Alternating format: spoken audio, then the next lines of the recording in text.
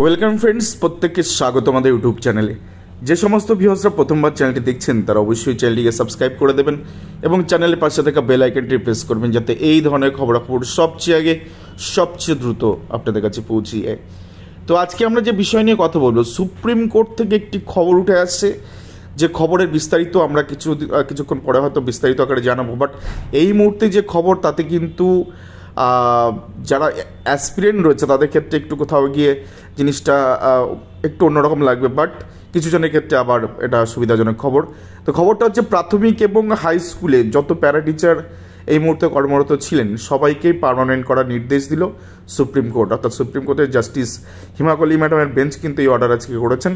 তো গোটা বিস্তারিত বিষয় আপনাদের জানাবো কিছুক্ষণ বাদে। তো আপাতত খবর এটাই, প্রাথমিকে এবং হাই স্কুলে যত প্যারা টিচার ছিলেন প্রত্যেককে কিন্তু পার্মানেন্ট করার নির্দেশ দিয়েছেন এবং সেক্ষেত্রে কোথাও গিয়ে সেই পদে, স্থায়ী পদে যদি তারা নিয়োগ পান সেক্ষেত্রে শূন্য পদ কিন্তু কোথাও গিয়ে কমে আসবে এবং নতুন যারা অ্যাসপিরেন্ট আছে, নতুন যারা ডিগ্রি অর্জন করে চাকরির আশায় বুক বাঁধছেন তাদের ক্ষেত্রে একটু কোথাও গিয়ে নেতিবাচক কিন্তু তাদের পক্ষে এটা হতে চলে। ধন্যবাদ সকলকে।